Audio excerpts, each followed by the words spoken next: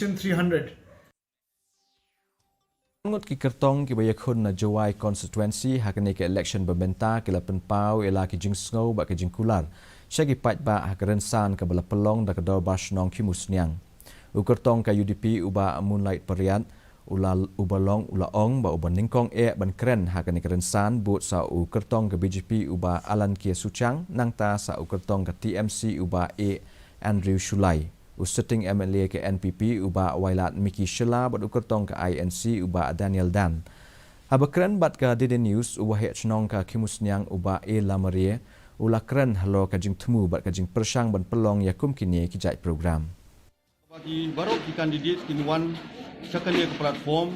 tang hak kecil sini ki kena school ki banong no lakila light no ban light igen ke jing pentut niki ba bunsin jong niki election meeting te kakaba le igen ke common platform ka kila ban pelaj sibun ke por bat ke bor kakaban iyo igen ke common platform tang ka sini